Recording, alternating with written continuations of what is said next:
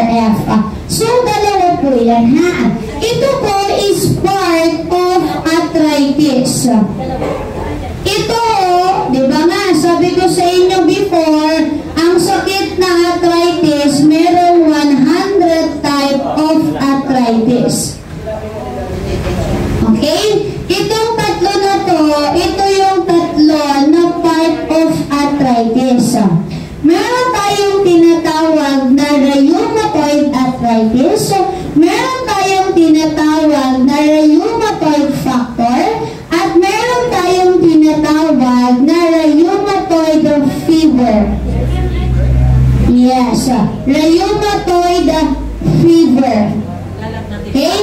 Lalagnatin ka. Lalagnatin fever, lalagnatin agad. Ha? Rheumatoid fever, as in fever, lagnat, ganon. Familiar kayo? Pero rheumatoid na. Ayun lang, hindi kayo familiar. Pero kay rheumatoid factor, familiar kayo? Or ang kilala lang kasi natin, that's RA, or tinatawag natin na rheumatoid arthritis. Yun lang yung kilala natin. Pero yung RF na dalawa, hindi pa siya ganun ka-familiar sa mga tao. Kasi ang sakit na ito, iilan lang yung mga may ganitong cases sa Pilipinas. Okay, so maraming part of arthritis. Kaso nga lang, syempre, bago ka pumasok dito, make sure na alam mo kung bakit nagkakaroon ng sakit na arthritis ang isang tao. Ang tanong, bakit ba nagkakaroon ng sakit na arthritis ang isang tao? Ayun lang, nakalimutan na nila. So, ganito po yan, ha? I-summarize natin para mabilis tayong makapasok. Okay, ho? Ngayon po, pag ang tao ay sumasakit yung tuhod, depende sa lagay ng tuhod o sa ang parte ng tuhod ang sumasakit sa inyo. For example po, ito po yung buto natin. Okay? Ngayon, sa ang parte ng tuhod ang sumasakit. Ito po bang nasa gitna o ito po bang nasa taas? Saan mo dyan? Ang sumasakit mo sa inyo? Sa tuhod. Yung iba sa gitna. Yung iba naman sa ilalim. Okay. Sino pa? Wala bang sumakit yung tuhod sa inyo? Kahapon kasi tinapik ko to. Alam ninyo ang sabi nila? Ma'am, hindi na ako sasakit yung tuhod ko. Gumaling sila agad-agad. Gumaling sila agad, mami. Ikaw, gusto mong gumaling? Yes. Ha? Gusto mong gumaling? So, ganito mo yan. Pag ang sumakit ay nasa gitna ng tuhod, ibig sabihin, ito po ay arthritis. Ang sumasakit sa iyo, yung mga joints po natin. Pero pag ang sumakit naman sa iyo, yung mga muscle naman po natin, katulad na lang po yung nasa taas ng tuhod po natin, ayan po ay muscle. Okay?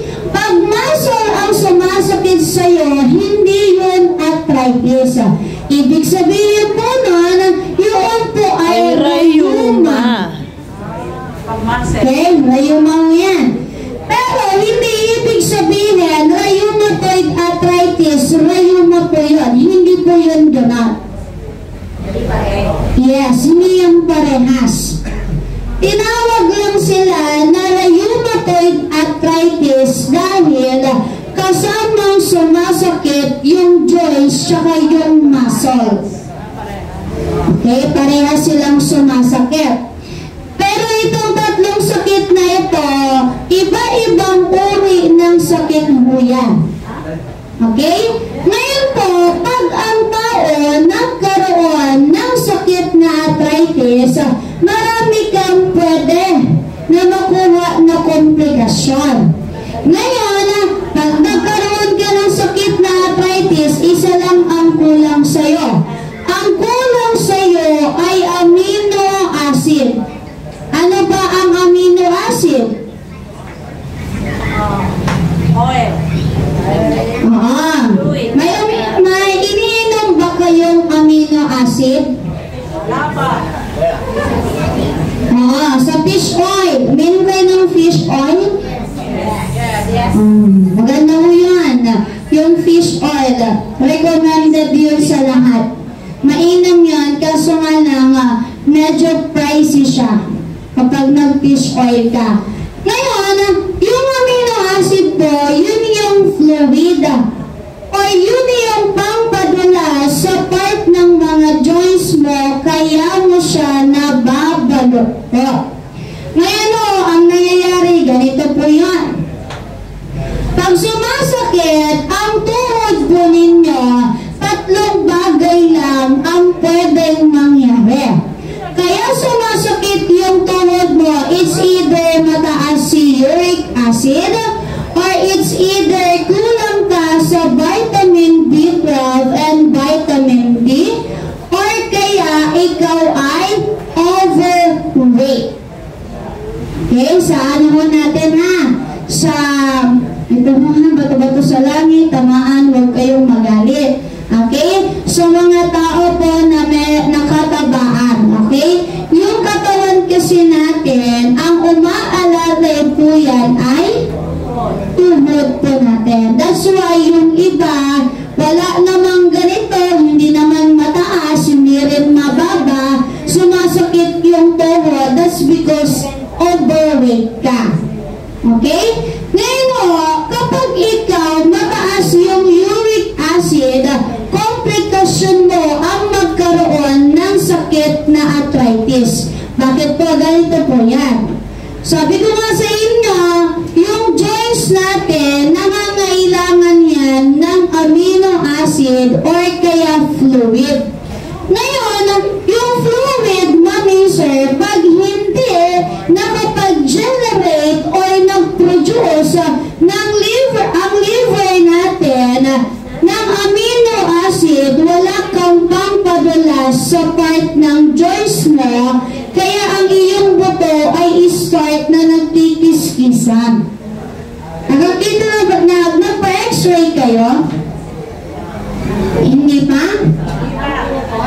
Yeah, sa part ng tuhod. Ito yung isa sa example. Meron kaming example na ito. Yan. Okay? Ito yung isa sa example ng normal knee x-ray po natin. Kung makikita ninyo, ang mga joints natin, dikit, hindi. Hindi. Tignan nyo mabuti. Medyo yan lang. Yung x-ray mo. Ito yung front. Okay? Ang joints mo, dikit, hindi. Hindi. Yan. May siwang. Meron yan. Ngayon, yung puto kasi natin, dito sa gitna, meron yung cartilage. Yung cartilage, yun po, para lang siyang isang kortina.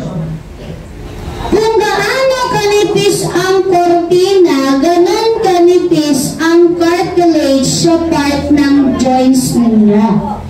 Kaya kung papasarin ninyo dito sa joints ninyo, medyo dikit na ho siya. Pero yan, not totally dikit po yan. Meron yan nasa gitna. Ngayon, pag nagpa-x-ray ka at sumakit yung tuhod mo, pag yung cartilage mo ay na-damage, okay lang. Bakit? Meron kang sakit na arthritis Yun talaga yung nasisira. Kasi nga, wala kang fluid, wala kang amino acid. Ang nangyayari kasi, ganito yan. Ano ba yung mga pagkain na bawal kay liver? Lamang loob. Blood game kayo. Lamang loob. Ang blood chem, pinapacheck din si SGPT. SGPT is for liver. FBS is for Ate, ako kanan. sugar, is for pancreas.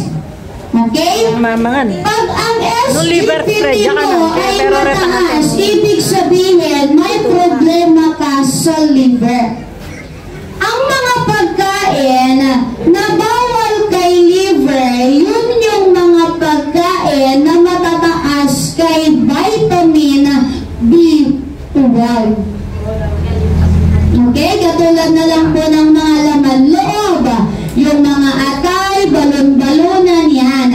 Matataas po yan sa SGPT or vitamin B12 kung tawagin.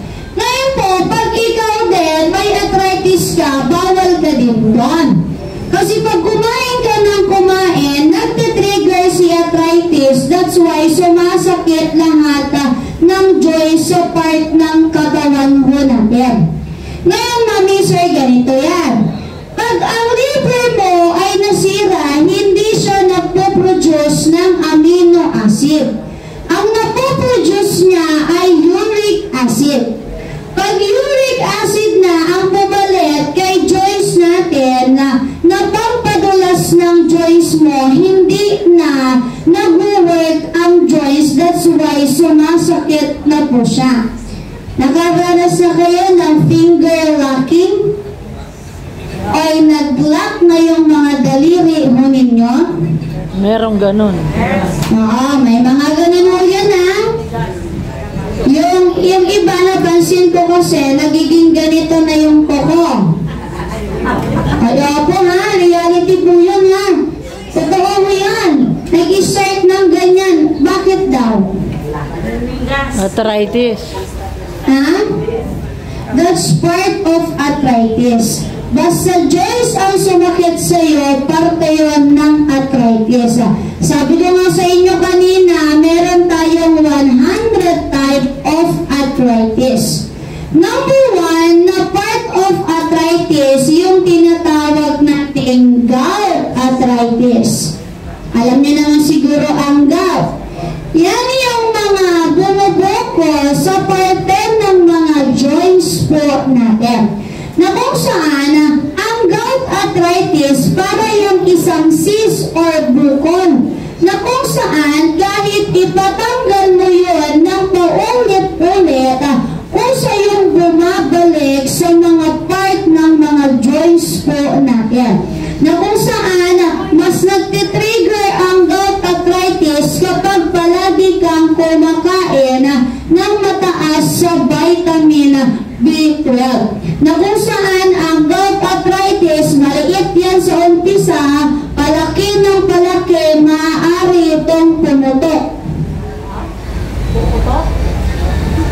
Pumutok po yung gout, ha? Puputak niya pala na. Nalimbong ka ng gout?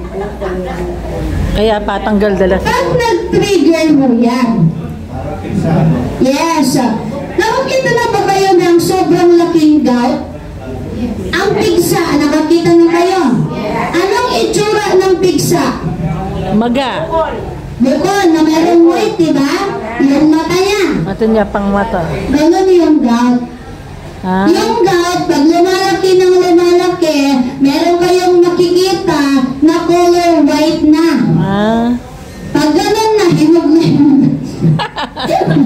Ganun na yung gout din, yung gout, ibig sabihin, kailangan mo yung ingatan. Bakit? Kasi maaari yung pumutok. Pag pumutok yan, ang mangyayari mo dyan, syempre, kailangan mo na magpadala sa ospital. Bakit? It's either ikaw ay i-inject ka ng steroid or it's either papainumin ka ng pain reliever. Dalawa lang yun na pwedeng mangyari sa inyo kapag ang gout mo ay start ng pumutok. Kaya pag may gout ka, make sure na hindi ka kumakain ng vitamin B12. Okay? Number 2 naman, na parte din ng arthritis, meron tayong tinatawag na osteoarthritis. Hindi narinig po. arthritis, okay? Yung osteoarthritis po, ang may problema yung cartilage. Okay? Ngayon, meron kasing tinatawag na osteoarthritis up at meron din tinatawag na osteoarthritis down. Pag sinabi natin osteoarthritis down, it's either mag-i-start yung sakit ng joints ninyo sa part ng balakang, sa iyong tuhod, at the same time, namamaga ang iyong paa. Meron din tayong tinatawag na osteoarthritis up na mag-i-start po yan sa part ng balakang, sa iyong pong shoulder. Pag sumakit yung shoulder, hindi yung muscle, ito po, diba, sumasakit yung dito natin. Dito mismo ha. Ano to? Joints, hindi. Joints yan. Pag osteoarthritis up, is either sasakit din dito ninyo, yung siko ninyo, at the same time, ang daliri mo. Frozen shoulder is part of arthritis. Basta lahat ng joints sumasakit, arthritis mo yan. Meron din tayong tinatawag na ankle arthritis.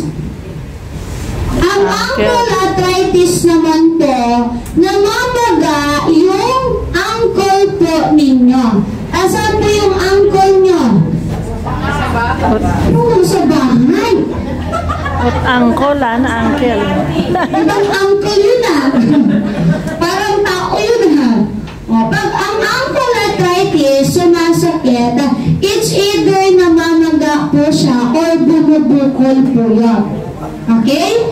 And then, isa rin sa part ng arthritis, papasok na tayo dito kasi 11 minutes na lang. Hindi ko kailang sabihin ang 100 type of arthritis sa inyo.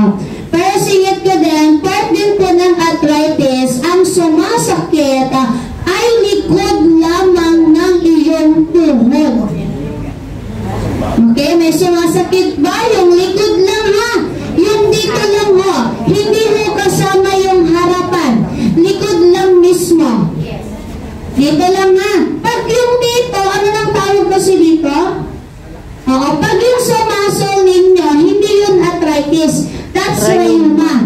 For example, pulikat. Okay? Pulikat, sumasakit yung muscle.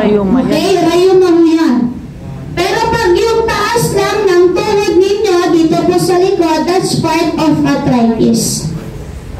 Okay? Yung dito kasi natin, hindi yan totally dikit. Yung dito lang sa front natin, yung front ni natin, dyan, konti, medyo dikit na yan. Pero pagdating sa likod, not totally dikit po lang. Okay? And then, isa rin sa tinatawag na arthritis, that's rheumatoid arthritis. Pag sinabi natin rheumatoid arthritis, is an autoimmune disease. Familiar kayo sa sakit ni Chris Aquino? Yes. Ano yung sakit ni Chris Aquino? Lupus. Yes. Lupus is part of arthritis. Part siya pala. Itang kaya mo, Nanda. Type of arthritis po yan. Si lupus. Pag-atake la. Ano, magkaka-arthritis pa kayo? Ayaw na nila, no? Part din yan. Ang different naman ni rheumatoid arthritis then lupus problem, actually the same lang sila kung tutusin. Bakit? Ang dalawang sakit na kasi na ito is autoimmune disease na kung saan ang kalaban na nila si immune system. Iba nga ang tao, kailangan mong mapalakas si immune system para yes, para malabanan lahat ng sakit at makaiwas ka sa iba't ibang uri ng sakit. Ang immune system, para itong kumbaga sa sundalo, di ba kapag nagigipag-gera ka, merong shield? Yung system mo, ganun din. Siya yung nagpo-protect ng katawan mo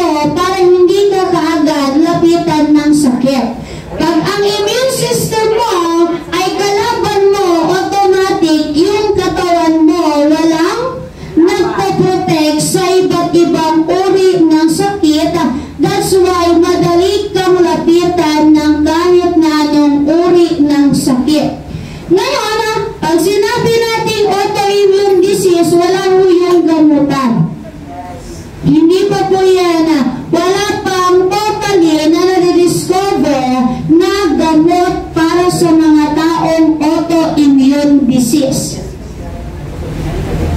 Okay? And then, meron din tayong tinatawag na rheumatoid factor. Pag sinabi natin rheumatoid factor, ito po ay type of arthritis din siya na kung saan ang mga joints mo ay namamaga pero ang mga binti mo ay lumiliit. Ano? Ang lumiliit pero wala naman namamaga. Ito lang yan. Oo. Ang sakit kasi, madaming parehas. Parehas ang symptoms. Parang anemic and low blood, same symptoms, pero different sila ng sakit na nararamdaman. Hindi sila the same. Ngayon, yung rheumatoid factor, sabi nyo nga ma'am, para siyang polio. Pero iba din yon. Yun naman, yung joints mo lang, yung namamaga. Nakakita na kayo na mayroong rheumatoid factor? Hindi ba kayo nakakita? Ano yun pala? Sige, sino ba dyan? Imagine nyo na lang, wala kasi ito yung sa iPad eh, nakalimutan ko. Pakita ko sa inyo ito, yung rheumatoid factor, imagine nyo na lang na yung joints mo malaki. Para siyang ganito, For example, ito yung ano mo, ito yung bintik mo. Okay? Ito yung part ng joints mo. Ganyan mo siya. Lumalaki pero ang binti lumiliit. Ganun ang rheumatoid factor. Wala pa kayong nakilala, no? Wala pa. Alam niyo kung bakit? Ang ganitong sakit, ito po ay lahi. Namamana lang yung ganyang sakit. Yung bulsa. Ha? Bulsa namamana. Yung bulsa yung namamana. Nadami na yung bulsa. Hindi naman, yung bulsa ko nga merong Parkinson disease. Alam niyo yan? Ay, hindi naman yung Parkinson. I-discuss ko na yung Parkinson disease. Yan yung mahirap na sakit. Alam niyo kung bakit? Pasok kayo sa utak. Ay, hindi ko ba discuss? Discuss ko na yan before. Natapos ko nga nung kailan yan eh. Iba na ibang batch yun. Ay, ibang batch yun. Sige, next time. Pag tayo pa rin. Bukas, sabi din niya. Ngayon, ito yung tinatawag na rheumatoid factor. Pero pag rheumatoid factor, hindi po ito isang autoimmune disease. Okay? Meron din siyang gamutan. Ang tanging treatment mo lamang kapag meron kang rheumatoid factor is steroid. Ay? Yun ang maintenance mo. Katulad ng client namin from Balagtas, ang isang steroid nun, meron na kasing steroid ngayon na tablets. Pero, alam nyo kung magkano ang isang tabletas? Ang isang tabletas, kapag generic, nasa 220. Yes. Isa. Sige nga. Pag nag-steroid ka 3 beses, 220 times 3, bahala ka. Sa isang araw, makaka-600 or sabihin natin 700 ka. Isang araw lang yun, ha? Pero pag nag-steroid ka, yung inject, mahal. It's either aabot ka ng 3,500 or pwede kang umabot hanggang 20,000. Ay? Depende sa steroid. Okay? And then, yung isa, that's rheumatoid fever. Okay? Pag sinabi natin rheumatoid fever, sumasakit yung joints mo, pero naapektuhan yung Thyroid? yes, ang iyong lalamunan.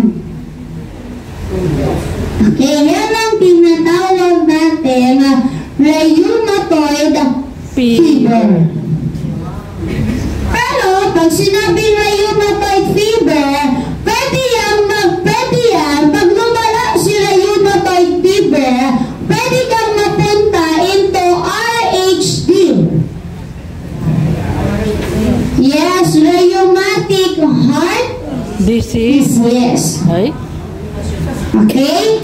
Pag may problem ka na to, magkakaroon ka ng rheumatic heart disease. Pag meron ka rheumatic heart disease, nagkakaroon ka ng rheumatoid fever. Aret ang magangalbag tonsil eh. Okay?